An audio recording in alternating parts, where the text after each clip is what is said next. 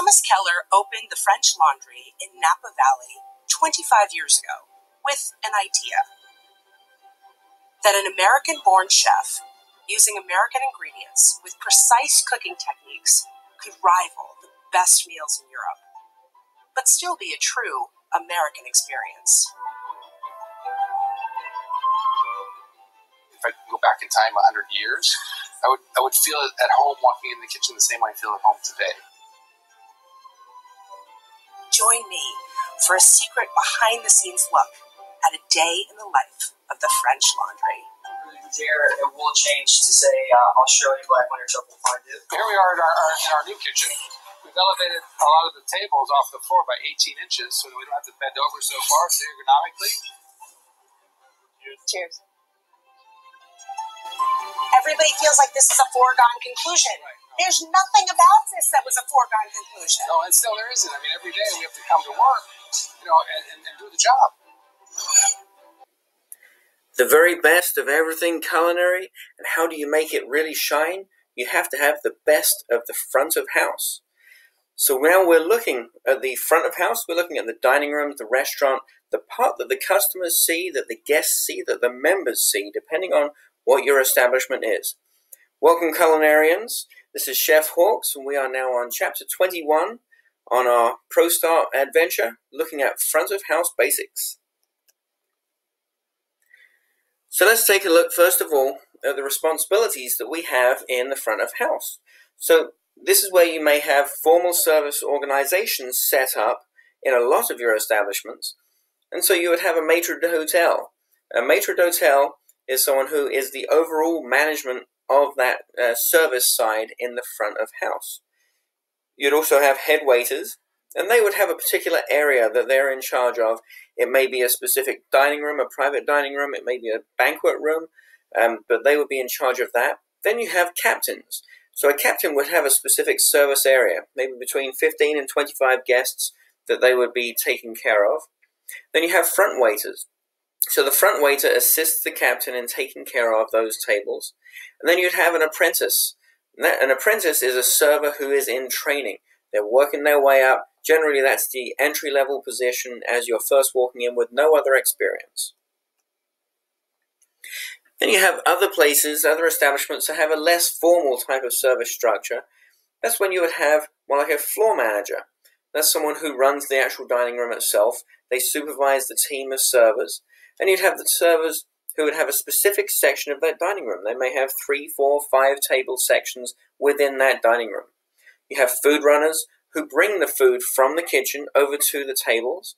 And you have bussers. A busser is someone who goes over to the tables to clear and clean up and reset those tables and to assist the servers in making sure that they have everything running nice and smoothly and on time.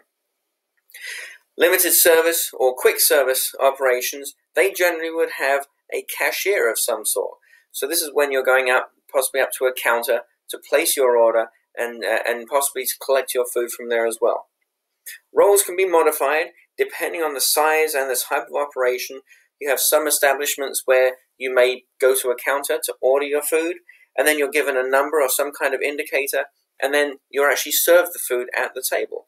You may have someone who actually clears the food afterwards, or it could be that you're actually throwing the trash wrappers or taking the trays back over to a tray stand at the end, and everything in between.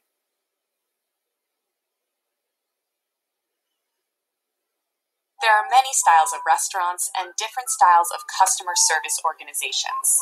In traditional full-service restaurants, there is usually a formal service organization, basically a group of workers that perform service-related tasks that fit together for the common goal of making sure guests enjoy themselves. A formal service structure usually begins with the maitre d'hotel, who is responsible for the overall management of service. Next, the head waiter is responsible for the service in a specific area, such as a banquet room or dining room. The captain is accountable for a server area of about 15 to 25 guests, and the front waiter assists the captain. The front waiter usually has less experience than the other positions, 1 to 2 years. Finally, an apprentice is a server in training. In less formal structures, the organization might change. In today's contemporary full-service restaurant, many operations follow a modified service structure. Compared to a formal service, positions are combined and the titles may be different. For example, the floor manager oversees the dining room and manages the front of the house staff. He or she may assist with the flow of guests and food in the event of a shortage or an unusually busy time at the restaurant. The hosts greet guests and are an important contact as they are the first people they will interact with at the operation. In addition, they maintain the flow in the restaurant by seating and regulating the number and frequency of people being seated. Basically, hosts make sure the waitstaff have an even flow of guests, so guests get properly served. Waitstaff are the primary servers for the restaurant. Their role is to ensure guests are served everything they order in a timely manner. Waitstaff have many responsibilities that in formal service are handled by several people. And finally, the role of busser, dining room attendant, or runner may be combined into one role or split up, depending on the restaurant's organization. This position serves to assist the waitstaff in both serving and clearing tables. No matter how the operation organizes the service structure, it is important to know your role, assign tasks, and responsibility as part of the team.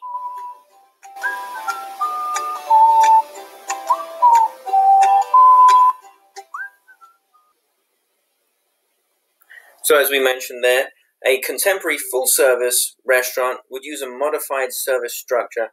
You're going to have that floor manager. They're overseeing the front of house staff. Hosts and hostesses and would be greeters and maintaining restaurant flow.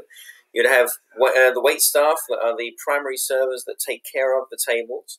And then you have buzzers, dining room attendants, and runners who combine between them all. They're actually making sure that food's coming through, making sure that the tables are cleaned off and reset, so that way the servers can actually maintain that dining room and keep the flow of traffic coming through.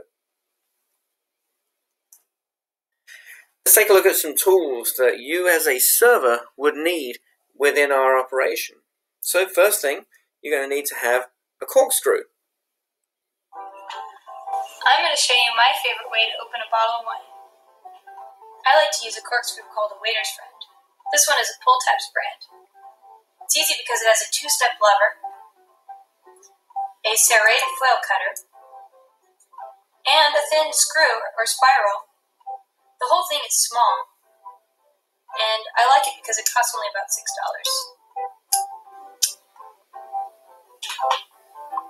I'm going to use this waiter's friend to open a bottle of wine.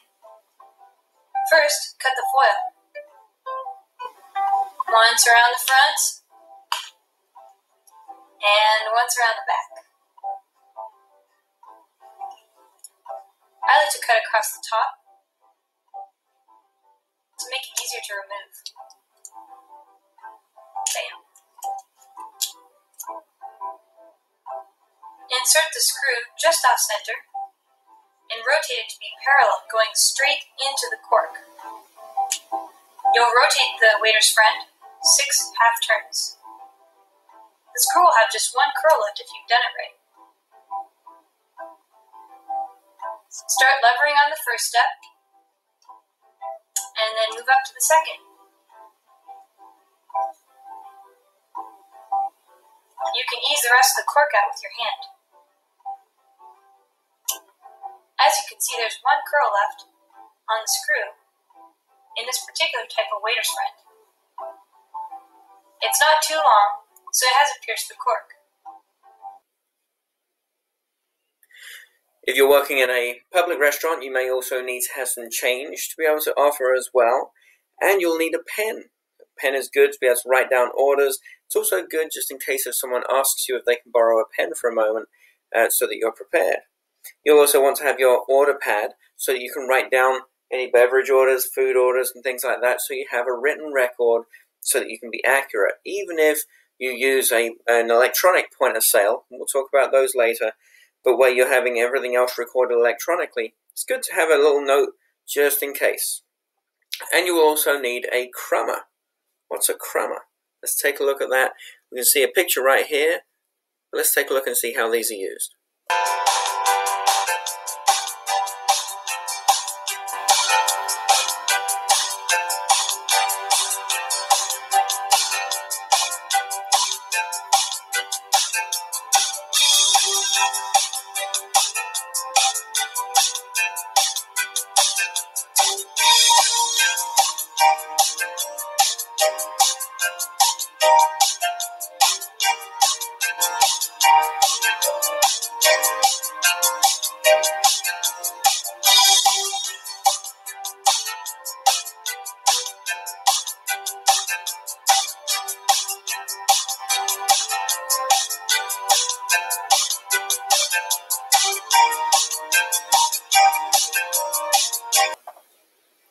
Professional restaurants always have some form of a service station.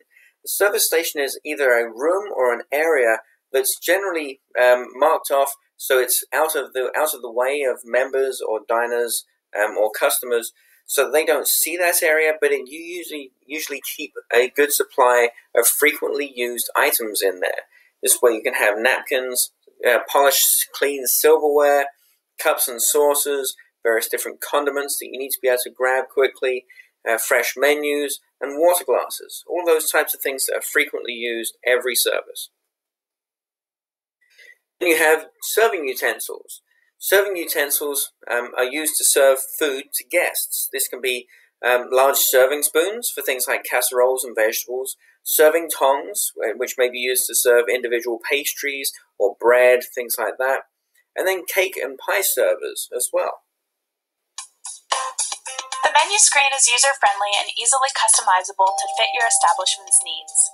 Buttons can be configured with colors to categorize items for faster recognition. Commonly used menu items and bestsellers are placed at the bottom of the screen for one-touch access. Configure modifiers like salad dressing selections, meat temperatures, or side items so that the system auto-prompts your waitstaff, leaving no room for error. That's the basic layout of what a point of sale, a POS, is. So this is where you can take the order by the service team, can then be punched into the point of sale.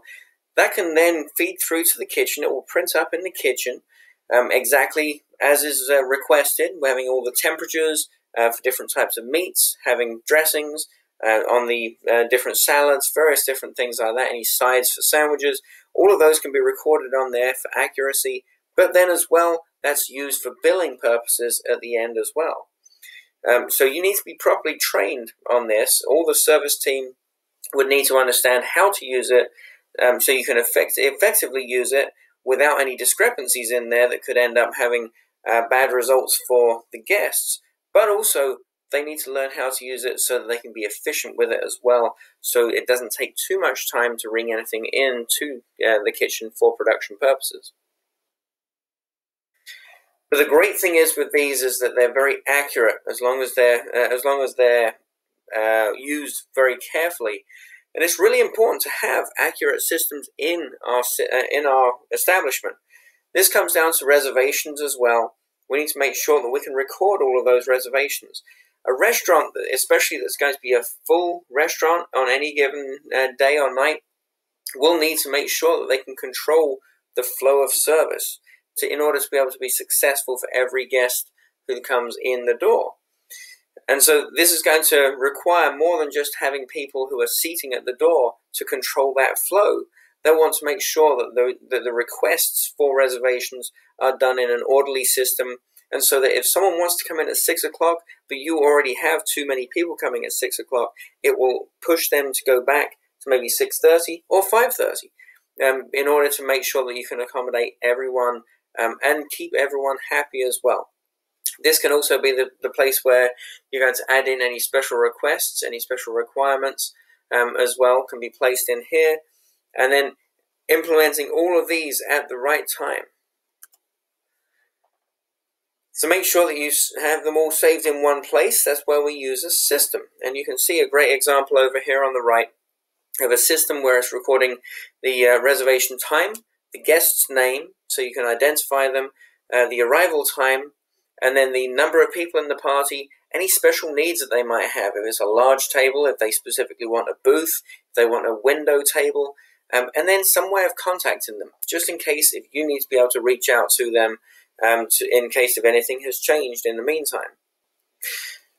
So when someone has a reservation, you need to make sure you confirm those reservations and any special requests to make sure that everybody understands and that everyone is ready for them as well. This is great if you're going to be able to give good customer service. You have to be able to have them walk through the door with a smile on their face, and then by the end of that service, they walk out of that door with a smile on their face. The guest must feel important when they come in and enjoy your restaurant. So something that helps management to plan is by having these reservations set up, because then they know exactly how much labor, how many servers they need to have, how many buses they need to have, how they need to staff the kitchen as well, and how much food to purchase as well. If there's special events, then generally you're going to have some kind of a charge for no-shows as well, because that could be a significant number of people that may have reserved for this with a special menu, and otherwise that food may be wasted. You need to be able to flag any special requests that are in there.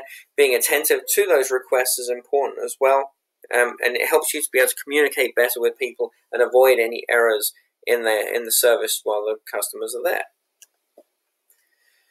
So the POS system, the point of sale system, is going to help you to capture the information for future use as well. If you have any regulars, or if you're something like a private club that regularly has the same people, the same patrons using your establishment, you can actually track all of this information. This point of sale system can also track the reservations, assign specific tables, especially if someone's requested a window table or a specific type of maybe a larger table, something like that. It can help to regulate the flow of the restaurant as well, limiting guest wait times by only having what the restaurant can cope with at any particular time interval. It can help to track individual needs, times dined at locations, favorite menu items, table preferences, and any food allergies, which can be critical to the health of your guests as well. So a host or a greeter is the person who asks about the reservation.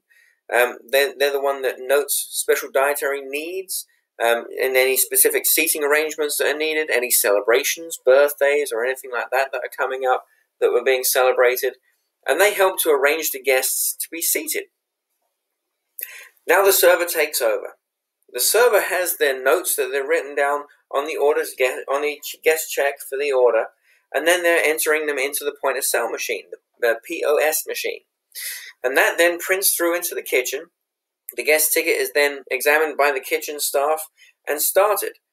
Note any special requirements on that as well, because that's when the server is going to need to confirm that the kitchen understands all of the requirements on there and double checks any requests, especially if it's anything to do with allergies that could be very, very dangerous if they're not noted. When you look at your floor plan layout, your schematic of your dining room that we can see an example right over here, you're going to have a proper seat and table number system set up as well. So this is so that when the server approaches at the specific point on that table, they can not only number that table, so they can identify where that order has to go, but they can also identify what seat number 1, what seat number 2, seat number 3, seat number 4, and so on, what they are specifically going to be eating and drinking as well. This way there's no guesswork, there's no auctioning off items when they come to the table. They literally only had to ask once for the order, and then after that they can place the food directly down. So we use a grid system to write down the delivery sequence, and then so we note temperatures that are specifically requested, because if one person's ordered a filet mignon, well done, and another one's ordered it rare, then you better believe they don't want those to be mixed up. And then always repeating the order back when you're taking that order from a guest, just to make sure that there's no mistakes or misunderstandings.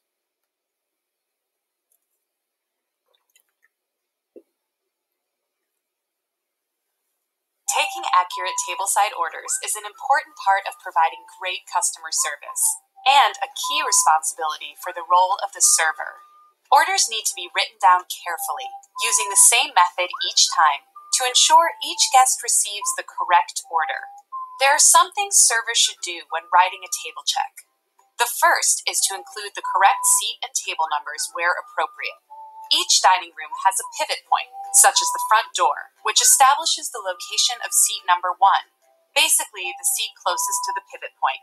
The numbering of the seats continues counterclockwise. Then the server approaches each table at the specific place determined by the floor plan. Servers can use a grid to write down guests' orders in delivery sequence. An example of this sequence would be drink, then appetizer, soup, entree, and dessert. Remember, it is critical to keep everything organized and consistent for all checks. Some operations allow the use of abbreviations when taking orders. Abbreviations are usually standardized by management across the operation. This helps to ensure clear communication.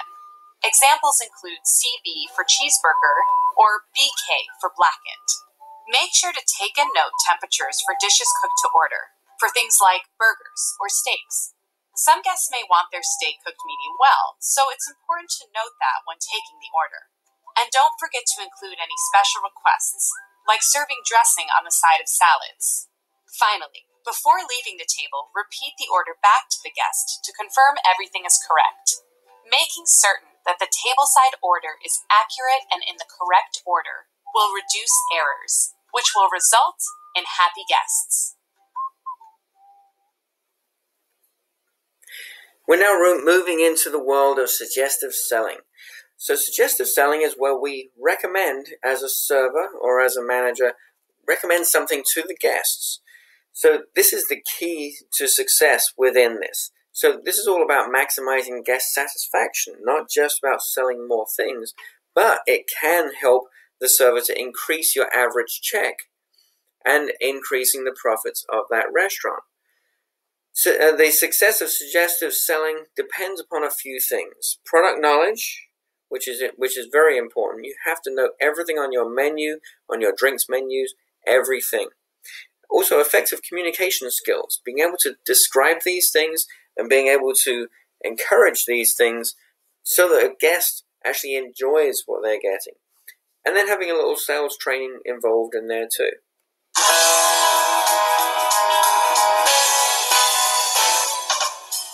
Hello, my name is Mary King with WhereTheSideworkEnds.com. Today we're at the beautiful China Brasserie in Beverly Hills, California, talking about some suggestive selling techniques in a dining room. The most important thing about suggestive selling is to think about it not as selling so much as helping your guests to have the best experience while they're dining with you. So the most important thing is to know your menu. It's best when you're specific. Rather than saying, would you like to start with a glass of wine, to say, would you like to start with a glass of ginger lemonade or a hibiscus mojito while you're looking at the menu. Then when guests are ordering things, you can add on to what they're already picking out. You don't necessarily need to order everything for them. You want to add things on. So knowing your menu, for example, you'll know that if someone orders the steak for 2, that's an entree that's going to take 20 minutes to cook. You're helping your guest have the best experience possible when you suggest that they have a salad to start, because that's a long time to wait. You can add on at every course. It's not something that you just want to add on an appetizer or add on a drink or something like that. If guests don't want dessert, you can add on coffee or after dinner drinks, something like that. If they're splitting an entree, don't get disheartened, don't take it personally. You can always suggest a side of Brussels sprouts or the farmer's market beets that the chef just bought this morning. Knowing your menu really allows you a lot of flexibility, and it's the way to keep adding on all of your sales through each course when your guests are dining with you. As we mentioned there, it's all about enhancing your communication skills, being able to develop some product knowledge as well, which is absolutely key. And then learning which items complement one another. A great wine to go with that pork loin, or a great mocktail or a great cocktail that's going to go really well with that filet mignon. Anticipating guests' needs, because as you see that someone's ordering a sandwich, then that's when you can say, well, would you care for fries, fruit, or coleslaw to go with that? Always suggesting add-ons that can be placed that work well together. Not something that's kind of weird to offer, but something that's going to work well together. Identifying items based on preferences that you may see that they have. When you're talking with your service team about what kinds of things to sell and suggest on sales, The great way of doing this type of thing is to suggest things that the servers themselves enjoy. Suggest the best or most popular items as well, because when people hear that, oh wow, you wouldn't believe how many of these I've served today, then people are interested because they want something that is popular with other people as well. You may have some props, like we see over here, where there's a nice little setup of some desserts which have already been pre-created, so that way guests can actually see what it's going to look like. They may not have been thinking about dessert, but when they see these delicious desserts, well, you know what? It's just a little itty-bitty dessert. Let me go ahead and get one. Observe your guests' behavior. If you see that they're in a hurry and that they're pushing the fact that we're not going to be able to have dessert today or something like that, then don't make it uncomfortable for them. Make sure that you're being positive on everything that they're looking for as well. You may recognize that they may not be planning on having a 3-course meal for time reasons, for financial reasons, or whatever other reason there may be. But stay attentive to what they may like. Even if they have to run out the door fairly quickly after that entree, they may have time for coffee. Some other great ways of suggestive selling is to talk all about the daily specials, the recommendations, the specialties, the features that are on that menu that are available, whether it's coming from the bar, whether it's coming from the kitchen. All of these things can be great ways of enhancing that meal. Talking about enhancements, how about if you have some of that smoked Gouda mashed potatoes to go with your filet mignon? How perfect would that be? And so use active and descriptive words when you're talking about these items as well. You want to show enthusiasm for the guest suggestions. So if they say, hey, can I get some of that smoked Gouda mashed potatoes? Then instead of saying, yes, sir, and just having it as a flat answer, that's when you want to say, absolutely, sir, that's a fantastic idea. They go so well together. Server recommendations are key. This is when you're going to have guests who are always very excited to enjoy food with you in your restaurant when you're showing that enthusiasm with them as well. So training is really an important thing to be able to have. Having formal and ongoing and informal types of training are all important. Having observations and feedback constantly is a great way to make sure that you're staying on task and improving every step of the way. We're now going to look at alcohol service. So this is something which can be different in different localities, in different towns, in different cities, in different states, and different countries. So it's really important that you make yourself aware of all alcohol service laws in your particular locality. You always must maintain a professionalism and an eye for safety when it comes to alcohol. The effects of alcohol can be significant. They can be very acute if someone has consumed too much alcohol in your establishment and you can see that there is an issue coming up. And long term, this can be detrimental to health as well. So as someone who serves alcohol in your establishment, it's important that you understand the safe service of that alcohol. Welcome to Viewpoints. I'm Heather Isvaron, and with me today is the Acting Director for the California Department of Alcoholic Beverage Control, Mona Prieto. Welcome, Mona. Thank you, Heather. It's a pleasure to be here. It's a pleasure to be a representative of Alcoholic Beverage Control, a department that works so hard to keep our communities safe. And we're going to talk about that today. Tell us about your mission. So our mission is to enforce the Alcoholic Beverage Control Act, but it's way more than that. What we try to do is safeguard the communities by enforcing the Alcoholic Beverage Control Act. And I think what's really important to know is that in California, we have 90,000 licenses, and we have about 400 employees to help enforce the 90,000 licenses. And with it comes a myriad of issues that we try every single day to help not only the community, but to help people understand what we do. We have a licensing component.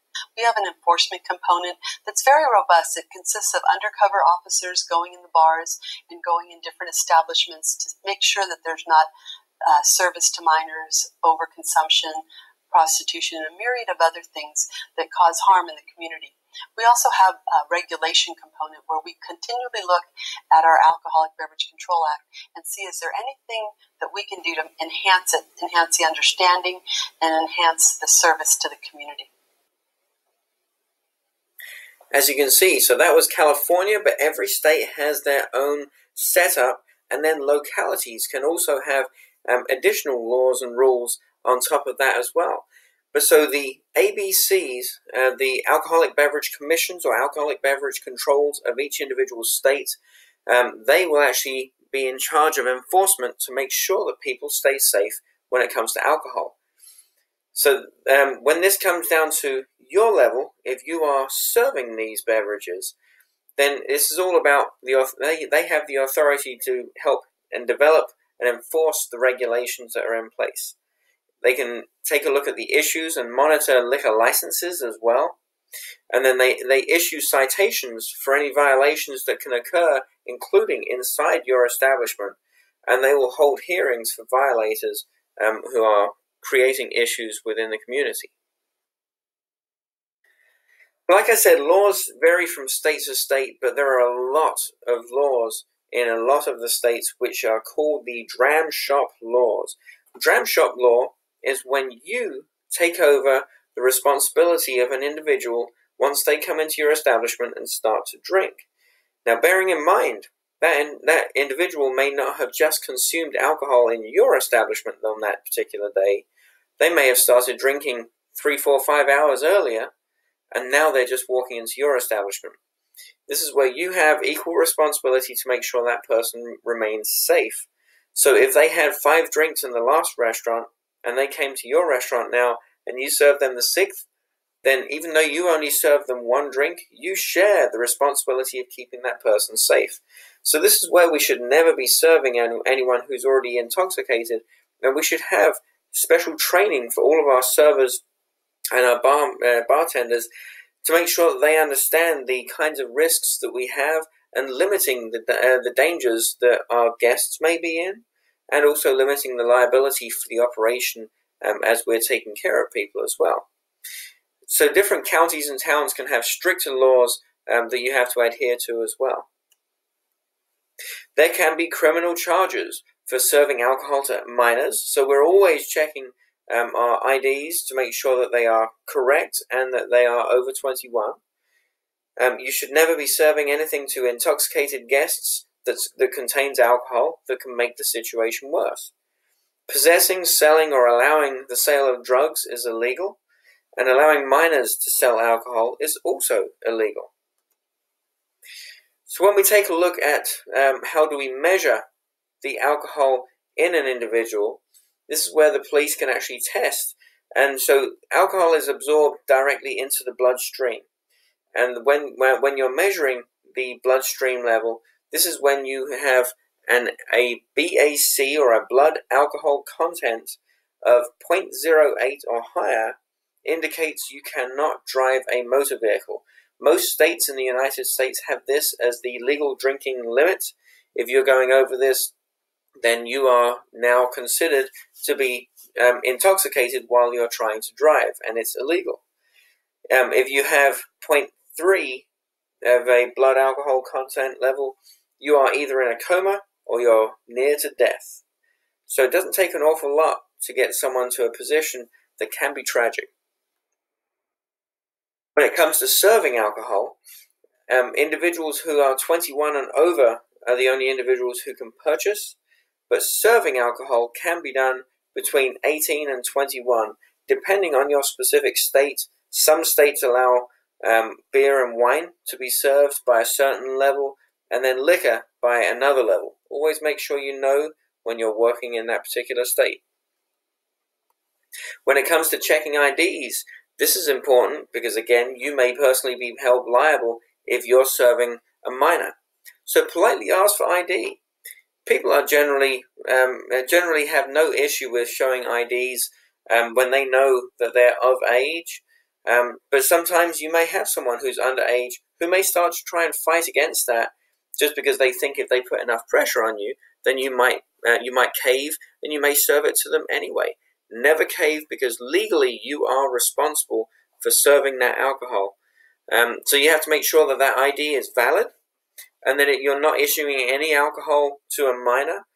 So very often the actual driver's license will or the IDs may be inverted when it's for a minor, Make sure it's genuine. Make sure it's real. Driver's licenses these days are much harder to fake, but there are some out there. And make sure it belongs to that guest. Look at the photograph. Is it them? Because it should have been taken within the last few years, especially if they're on the younger side. It probably wasn't that long since they had that photograph taken. You have to make that decision whether you're going to serve or refuse that guest. Make sure that you are absolutely sure about it. If you're not, then ask your manager to step in and just to confirm if it's okay. Make sure that you don't see any tampering signs, any bubbles or creases or corners that have been dog-eared. Make sure that it's the appropriate thickness. Make sure that it feels like an ID that you would generally have as well. Make sure that the ID readers, the barcodes or metallic strips on there are all real as well. Fake IDs, when someone has a fake ID, you should refuse service. You should refuse entry into your establishment. You should confiscate that ID as well. And you should always check with the manager just to make sure that they're informed of it as well. Always following company policy so that you're always within what those policies will protect you from as well. So let's take a look at a few of the acceptable types of ID. So that can be a driver's license, state ID card, military ID, or a passport. So minors' IDs can be easy to spot because very often, as you see right down at the bottom here, they're very often inverted in this kind of shape. Make sure that they have holograms on them and that they, very often for the under 21s, it will be stamps where it specifically says under 21. So they may have just recently turned 21 and still have their old license. Just check that date. Make sure that you are in, within that frame so that you are serving someone who's over 21. If you're ever not sure, check with the manager. You can use an ID checking guide as well. There's lots of them around. But always follow your operational policies as well, just so that way you're always within those, so you don't get in trouble at your your position of work as well. As an establishment that serves alcohol, it's always important to make sure that you maintain reports on any issues that come up to do with alcohol specifically. Make sure that you document them as well, whether it was an accident or whether it was someone who came into the establishment who seems to be intoxicated already. Always have documentation for these things. You never know when something may come up that individual may have left your establishment, gone into their car, driven, crashed, killed someone, and you may not hear about it for a couple of weeks or even a month or so until someone's trying to sue whoever it was that was responsible for serving alcohol. Make sure you keep documentation on these things so that way you have something to be able to look back on to see, well, actually we refused him entry. But that's the thing, and if you don't have any documentation, then can you stand up in court and honestly say that if you can't even remember? Make sure you're very accurate with all the information that's on there. Fill it out immediately. Have it so it's ready and done and filed away, just so that you have that and you don't have to remember it a month later when things get a little more fuzzy. You should always be completing reports for stopping alcohol service, arranging alternative transportation for people who may have been over-served, confiscating any IDs, any illegal activities or violent situations that may happen. If a guest becomes ill or if a guest is injured, we're always filling out reports for all of these kinds of issues. We're going to take a look at some different types of traditional service styles that are used all over the world. And so these have actually been named after 4 separate countries, but they're not specific to those countries. They're just traditions from those countries, but they're used all over the world now. So we have American, French, English, Russian, and so these service styles match the specific menus, themes, and decor of a lot of restaurants that these are used in as well, because some of them actually need to have specific equipment that they use too. So let's take a look at American service first.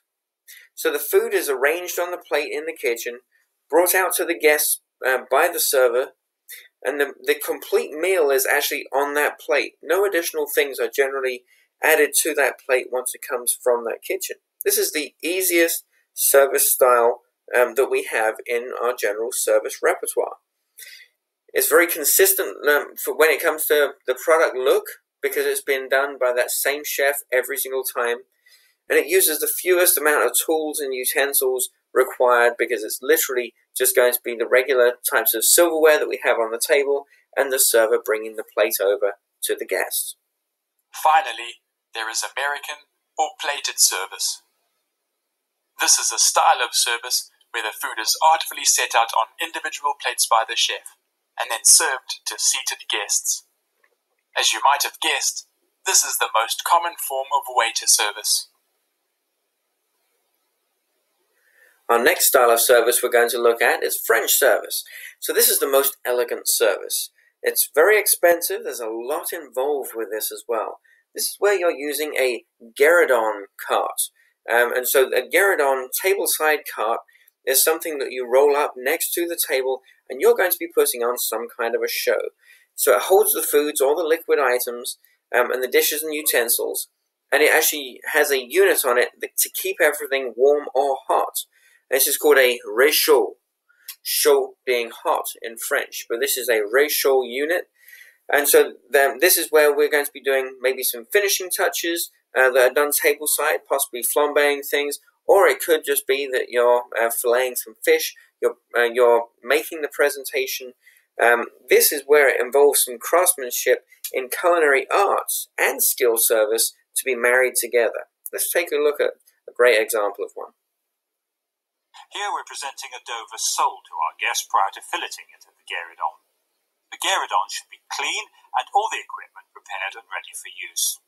This is professional food service, and it has to be visually pleasing. An impressive dish like the whole fish looks good and shows the quality of your food. A single skilled waiter can carry out this kind of service, although for efficiency, a second waiter assists. Filleting should be done quickly so the dish doesn't get cold. Work in a deliberate, organized way. Follow the bone with the knife down the side and remove the small bones and set them aside. The fish will have been delivered cooked by the kitchen, and teamwork is paramount to ensure smooth service. Cut the bone in the middle and then separate the two halves of the fillet. The fish should be perfectly cooked, or the delicate skin can be damaged during the filleting. Undercooked and the skin will stick to the bone. Overcooked and it will fall apart on the plate. Once again, remember, this is being done in front of your guests, so it's an opportunity to demonstrate your professionalism and show off the food.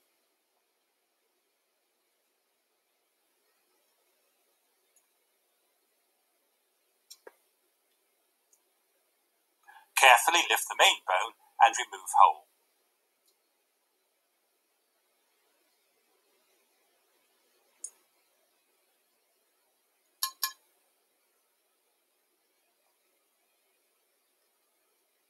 You will now have 4 fillets to arrange on the serving plate with accompaniments.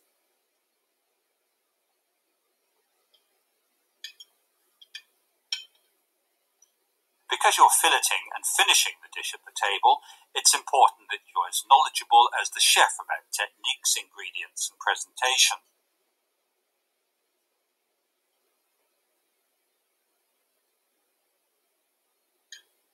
Present the dish to the customer.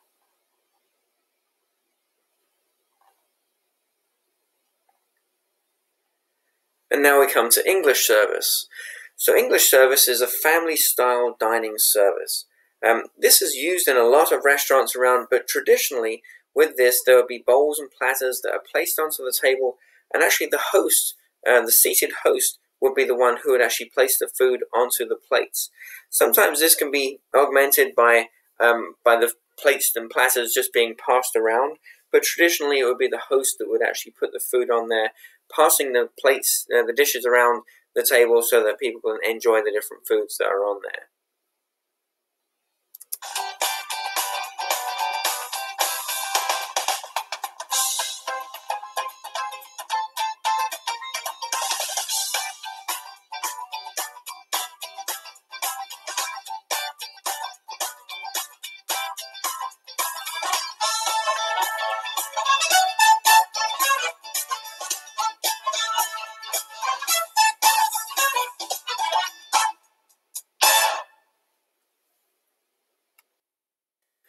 Now we move on to Russian service. Russian service is the most formal of our service styles. So the preparation is done in the kitchen. It's placed into bowls, platters, and things like that onto carts, and then the servers actually serve the guests themselves. So that's when the servers have to have extensive training into how to actually hold the different utensils in order to be able to do this type of service. Before serving the customer, check that everything is clean and undamaged. Serving the main meals. Try to touch the plate as little as possible and use a cloth or a tray. This prevents contamination and stops a very hot plate from scalding you. Identify a route to the table, being aware of customers' legs, bags and other hazards. Then walk slowly and steadily so that the food doesn't run or slop around the plate.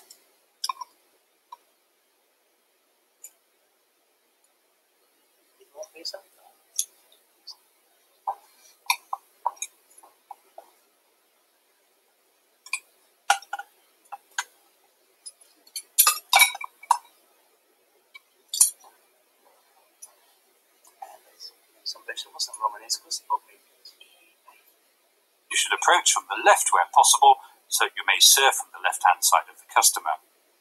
Say, excuse me, and serve to the left, and don't lean across the customer. In order to serve side dishes and accompaniments, use a service spoon and fork. Place the spoon at the bottom, resting it on or just below the knuckle of your middle finger, with the index finger between the thumb on top of the fork, which is turned downwards. This creates a tongue, which you can use to serve with. Take a portion of the required side dish and in a smooth, unobtrusive manner, serve onto the customer's plate neatly. So that the finished dish looks elegant, avoid placing it on top of anything else. As a general rule, you must serve from the oldest to the youngest female, and then to the males. The host is served last, regardless of gender. We also have different styles of service when it comes to contemporary service. So this is where we have things like quick service dining, so it's easy and fast. You generally won't even have any servers who are going to be on there taking care of guests. This is where the guests are helping themselves. This is things like food bars and ordering things at the counters, like fast food restaurants, drive-thrus, buffets, carry-out, and various different vending and cafeteria services. When we're looking at fast casual, this is when you're looking at a step up from those types of establishments. So this is where it's kind of between the full and quick service. So quick casual or limited service is where you have better quality food is generally served, a little more upscale dining in the actual dining room area, but it's less expensive than a full service menu. We're going to take a look at some different types of eating utensils now as we work our way through this. So there are lots of different types and styles that we use for different purposes. So we have butter knives. This is used for butter, to spread butter onto your bread. It's not a sharp knife at all. Then you have a dinner knife. That's used for all entrees and main courses. Then you have a fish knife. So this is used only to fillet and cut fish. It's not at all sharp. That's because the flesh of fish generally just pushes apart when it's correctly cooked. Then we have salad knives. These are generally a slightly smaller knife. That's specifically used for salads. These are not sharp knives. And then we have a steak knife. A steak knife is serrated so it can be very sharp, used to specifically cut things like beef and different game dishes. And we have forks. So we have a cake fork. This has 3 tines. Notice that on the actual picture up here as well. That's for eating cakes, torts, pies, and pastries. Then we have a dessert fork. This has broader tines, and so this is used to cut through soft cakes or other pastries like a knife. Instead of having to have a knife and fork when you're eating this, you would just have that fork. Then you have a dinner fork. So this is used for all entrees and main courses. It's not sharp on either side.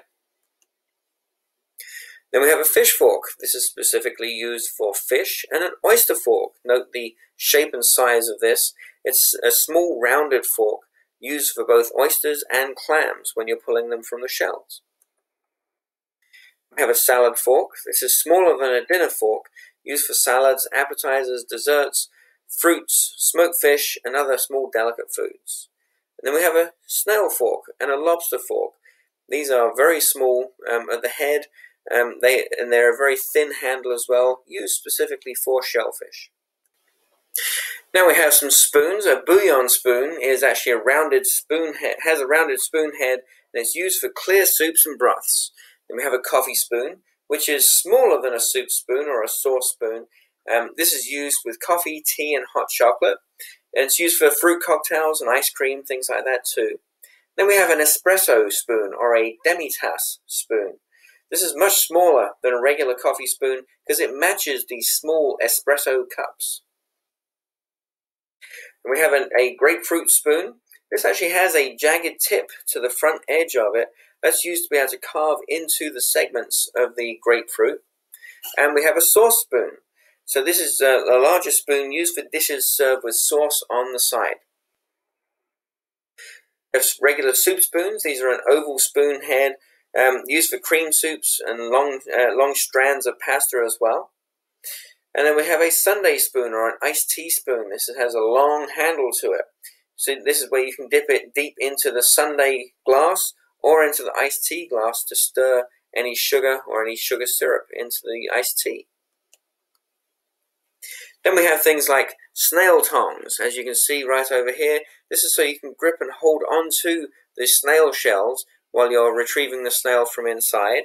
And we also have shell crackers. Right here you can see these are specifically for lobsters, where you crack the claw to get the lobster meat from those claws. We have many different shapes and styles and sizes of drinking glasses. So these can be for cold drinks, sodas, waters, iced tea, in clear glasses, and then hot drinks used to serve coffee and tea, cocoa. Cups or mugs can be the order on these hot drinks sometimes as well. Thick glass or ceramic can also be used because it helps the drinks to stay hot.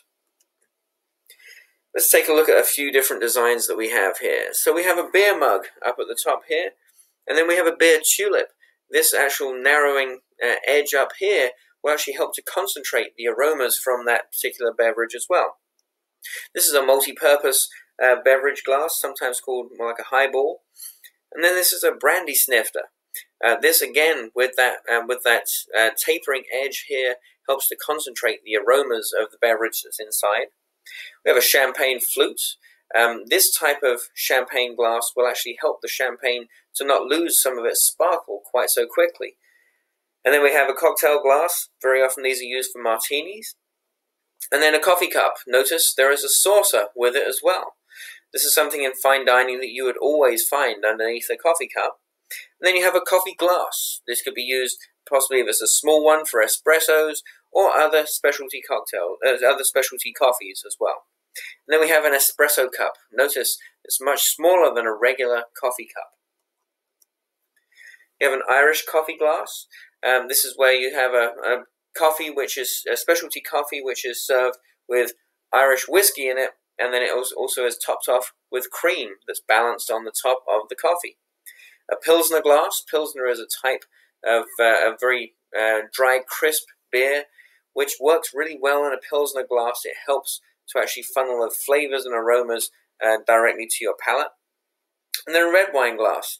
A red wine glass is generally larger than a white wine glass, so that it can concentrate more of the aromas and flavors.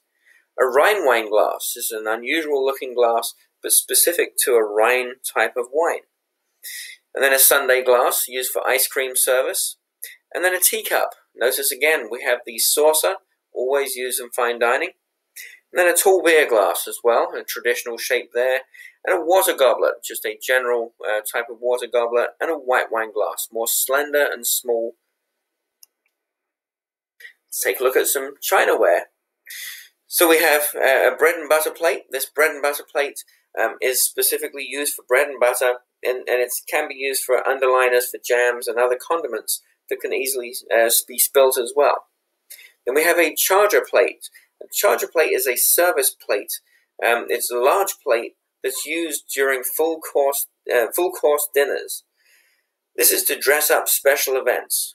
I'll show you an example in just a moment, but we're also going to look at the dinner plate as well.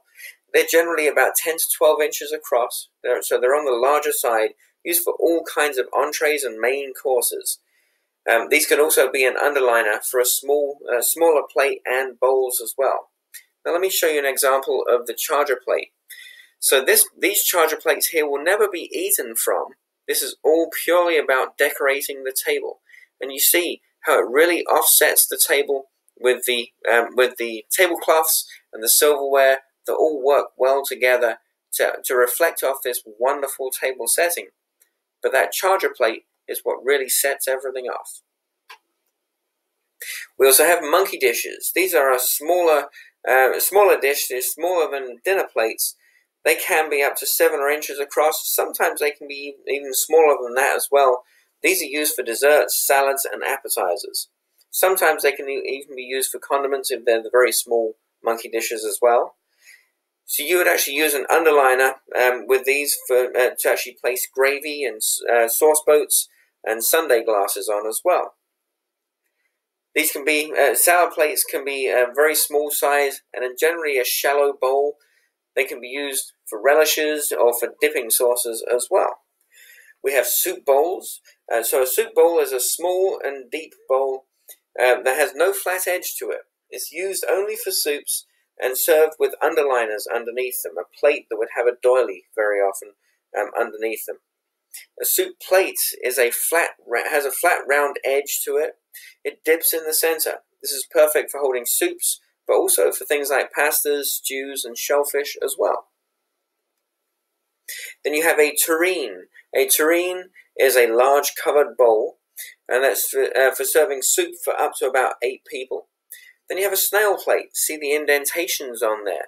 So you have 6 or 12 indentations on there for holding the actual snail shells in place, so they don't roll around on the plate when they're being served. We have gravy boats, sometimes called sauce boats as well. These have a special lip or pouring spout to them that prevents spilling when pouring gravy or sauce. They're also sometimes called a gooseneck as well. Then we have finger bowls. A finger bowl is a small bowl filled with water, generally it's warm water, with a slice of citrus fruit placed inside, so maybe something like a piece of lemon. This is good to clean your fingers after eating, especially if you're having something kind of sticky and sometimes messy, things like shellfish, like if you're having a whole Maine lobster, or if you're having ribs that can be kind of sticky. This way the person doesn't have to retire to the bathroom to go wash their hands afterwards. They can just dip their fingers into the bowl. You would generally give them a separate towel or a napkin to be able to wipe their fingers with as well. With all of these different utensils, plates, silverware, glassware, it can sometimes get a little confusing as to what you should use at what time. But we have an order in which we use all of these things so that servers know and understand, so that way they can be professional in the way that they use them.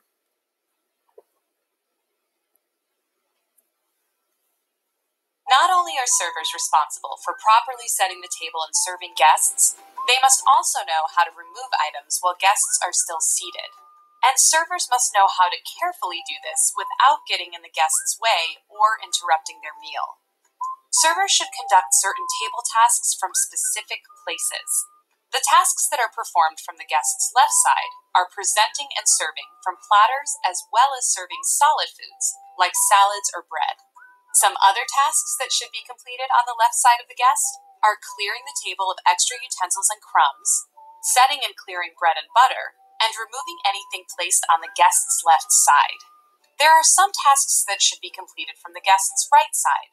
Clearing plates, changing flatware, and serving soup and beverages are the main ones. Of course, there are some exceptions to these rules. For example, at corner tables and booths, try not to disturb guests. Basically, serve them from whichever side is most convenient. And at rectangular tables, servers should stand at the head of the table when opening wine, taking orders, and assisting guests with the menu. This is done so all seated guests can see the server. It's also important to be careful when handling guests' plates and utensils so they don't become contaminated. When serving guests, start with any children at the table, then women, and end with men. If you know there is someone hosting the meal, like someone taking their business clients to dinner, serve the host last. Remember to always keep the guest's experience in mind. Attend to needs with both polite tableside manners and by using the proper side for the task. This will ensure that guests have a pleasant, uninterrupted experience. Now on to coffee service. Do you actually know what happens to actually get that coffee to the table in the first place? There's a lot of processes that runs through that coffee all the way from the shrub where it grows. Let's take a quick look. And they took me to the heart of Colombia, which is the third largest coffee producer in the world after Brazil and Vietnam. So let's start at the very beginning. A very good place to start. You can find long, boring documentaries on how coffee is made. Its flavor caught in the closed fist of a bean. Or here's your quick and dirty rundown on how coffee is made, so you can sound smart when you talk to friends. First, the seed is planted. It grows into a wee plant, which is nurtured in a coffee nursery. It then becomes mature enough to make its way to a coffee farm. About 2 years later, the plants grow coffee flowers, which then grow cherries after 6 to 7 months. 6-7 meses. They kind of look like cranberries. They're red when they're ripe. And when they're ripe, they're picked. Then the coffee cherries are pulled. And the beans go to the roastery. This is the point that most of us are familiar with. The beans being grinded down and used to make our morning cup of joe. And the way that instant coffee is made is that beans are brewed, then that is flash frozen, which locks in the taste. So when you add hot water, bam, you've got your coffee. So as you now know, coffee is made from grinding coffee beans themselves. The berries come from a tropical shrub, like we saw in that video, and they're roasted to develop the flavor as well. You can have light, medium, and dark roasts to them. Americans in general prefer a medium roast. Europeans tend to prefer a darker roast. You can also have different flavored coffees as well, different types of syrups that can be added into your coffees to make a huge array of different kinds of coffee that's on the market these days. When we look at tea, so these are from leaves of certain plants. They're less expensive than coffee, and they have about half the caffeine of coffee. But we have different types of tea as well. So we have black tea, which are fermented leaves. We have green tea, which is where the leaves have not been fermented. We have oolong tea, which is where they've been partially fermented. And then we have different herbal teas or herbal infusions, as they're sometimes called as well, with different types of fruits and herbs that have been placed together. These generally tend to be caffeine-free. But where does that tea come from? Tea comes from leaves picked from an evergreen bush called Camellia sinensis. Black, green, and white tea are all made from the same plant. The different colours and flavours depend on the climate and location that the tea is grown in, and then also in the way the tea is processed. Tea grows best when the climate is warm and there's plenty of rain. A lot of tea is grown in Kenya. In fact, after China and India, Kenya is the third biggest tea producer in the world. This is where 3/4 of the tea we drink in the UK comes from. A tea plant starts life as a seed or as a cutting taken from the parent plant. On this plantation in Kenya, they usually use cuttings. The small plants are protected from sunlight and pests inside this polytunnel. This is where they will grow for 10 months until they are 60 centimeters tall and ready to be planted in the main fields. After 3 years, the bush is mature enough and they begin picking the tea. In Kenya, tea is harvested all year round. They only pick the 2 newest leaves and the bud. Because almost all tea is picked by hand, the tea bush is kept at waist height so it's easier for the workers to reach. New leaves are picked from the bush every 7 to 15 days.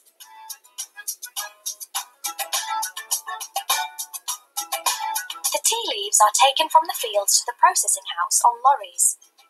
The lorry has specially designed hooks to hang the bags of tea on. This stops the leaves spilling out or getting damaged. Once the tea arrives at the factory, it's unloaded and checked for quality.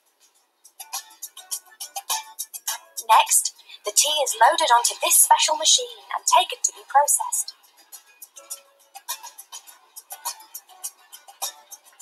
First, the tea is dried. This process is called withering. They wither the tea by blowing warm air over the leaves.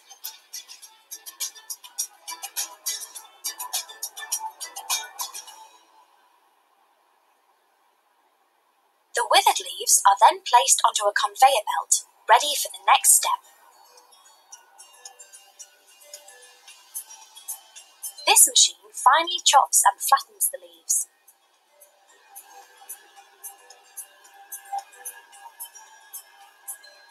Then a process called oxidation starts.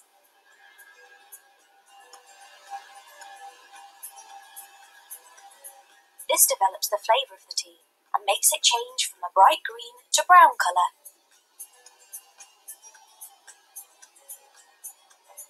Now the tea needs to be dried out completely. This oven is warmed up to 180 degrees Celsius for 30 minutes, and the water content reduces from 86% to 3%. It takes 4 kilograms of fresh leaves to make just 1 kilogram of dried tea leaves. The dried tea is now graded in this machine. Each sieve is a different size, so it collects the largest leaves at the top and the smallest ones at the bottom. The larger leaves are used for loose leaf tea. The smaller ones will go into tea bags. We also have hot cocoa. Cocoa, this is where we have cocoa powder or shaved chocolate with sugar that's stirred into heated milk or water.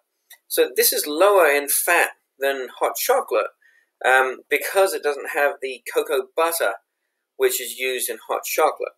So you can buy instant forms with a dry mix of cocoa powder with sugar and dried milk in there as well. They're generally the ones that are used for convenience sake. So hot chocolate is technically made using chocolate bars. This is where you have not only the cocoa mass, but you have the cocoa butter in there as well. It has a higher fat content and a higher richness to it as well. Either of these are great when they're topped with whipped cream, and things like marshmallows as well are very popular. Always make sure when you're serving your hot beverages, coffee, tea, and cocoa, that hot beverages are served hot. This is critical. It might sound kind of silly to talk about, but the fact is, if you're serving hot coffee, but you're brewing the coffee into a cold pitcher, and then you're pouring it into a cold cup, then by the time the customer or the guest is actually consuming it, it may have lost about 30 degrees of heat, which means it's gone from being a hot beverage to a lukewarm beverage. So we're always making sure that when we're making our beverages and serving the beverages, that we're aware of this and trying to make sure that we maintain the heat as best we can. Always hold brewed coffee for less than an hour, because after an hour the flavor actually will start to drop off. The acidity can become more evident, and the quality of the coffee will go down. Make sure you're always cleaning coffee and tea urns regularly, because they can start to develop mold, they can get stained, and they can get very bitter from the bitter coffee oils that can remain in there as well. We're also going to make sure that we have decaffeinated options whenever we're serving, especially for tea, especially for coffee, but then with teas, very often the herbal infusions are our decaffeinated options as well. So when we make that tea, so we put the leaves into a preheated empty pot. Notice I said preheated, so generally you would pour some hot water into that teapot first to make sure that the pot itself is hot. Then you pour that hot water out, put the tea leaves in, fill it up with hot water, and then what we're going to make sure of is to allow that tea to steep for at least about 3 minutes. Different kinds of tea, depending on if it's long leaf tea or if it's a smaller ground tea, will depend on how many minutes we have to steep, but it's important to have that time to get the full infusion of flavor coming through. And then we serve it immediately, because again, that tea is cooling every second that we have it sitting in the pot. Always serve beverages quickly and correctly. Dispense them tableside into cups that are about 2/3 full. There's no need for us to pour a beverage up to the brim, because we're always going to come back to top it off. We're using cups and saucers, especially in fine dining. We're going to serve beverages from the right. We're always serving beverages, including hot beverages, from the right. In front of the guests, so that they, with the handle over to 4 o'clock over on the right-hand side. Now, there are some people who are left-handed. My daughter is.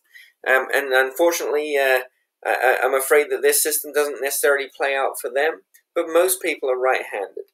And so most people would be looking to be able to pick up that cup with their right hand. So right around 4 o'clock, having the cup handle around 4 o'clock is right around the right spot to have it. We're always going to give them a teaspoon placed on the right-hand side of the guest, so that way they can stir in any sweeteners, milk or cream, anything like that as well.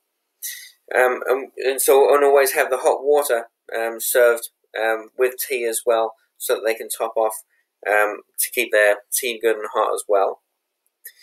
And then you would generally also place down a small dish to collect any used items. If you're offering some lemon to go with that tea, then give them somewhere they can place it. Or if you have tea bags and they want to remove that tea bag from the pot, then give them that small dish on the side to be able to collect any of those items.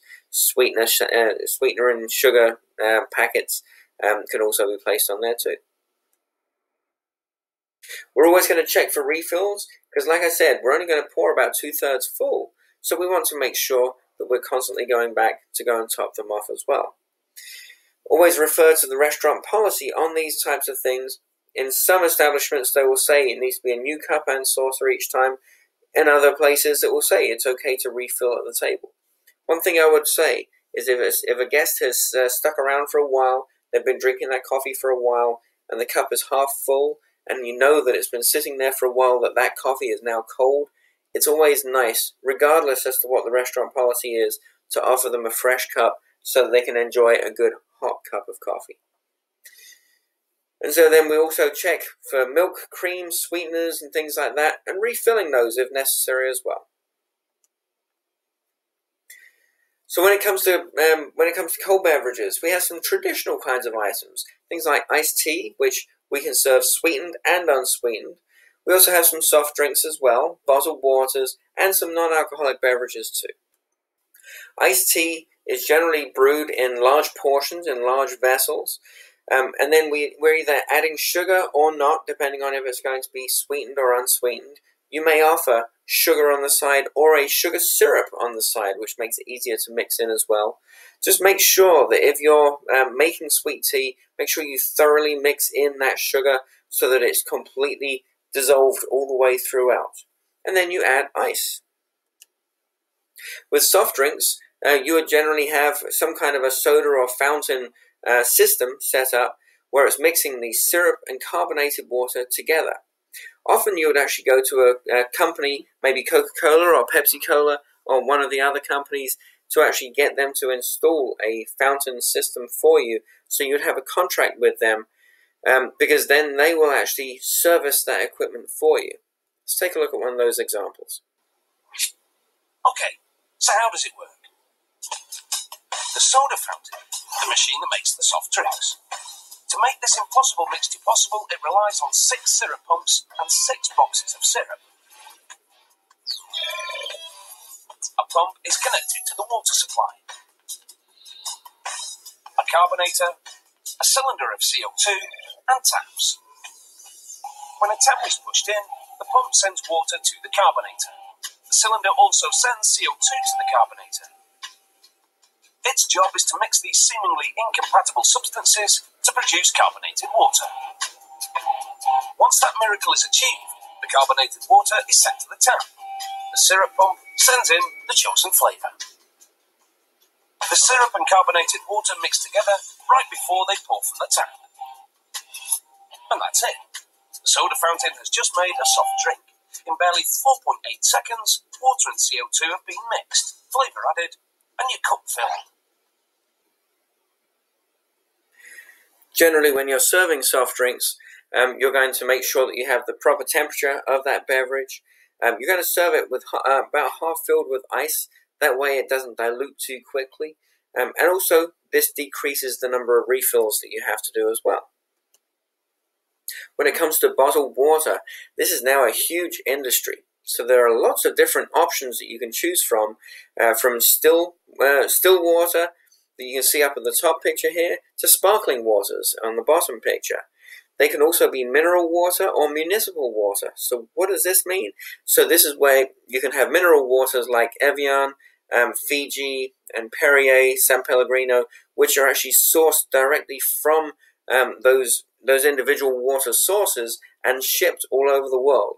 Or if it's from a municipal source, something like the Aquafina and beverages and waters like that, they're actually from a local town that have actually they're actually bottling this water, and they generally have some kind of a purification system set up to make the water taste a specific way. They may even add some mineral content back into them, some salts back into them, to give that water a very specific flavor as well. Either way, bottled water is generally something you can use to have an upcharge. This is where you're charging a premium. Rather than it being free water, you can actually charge someone for their water. This can be a great way that you can upsell a guest.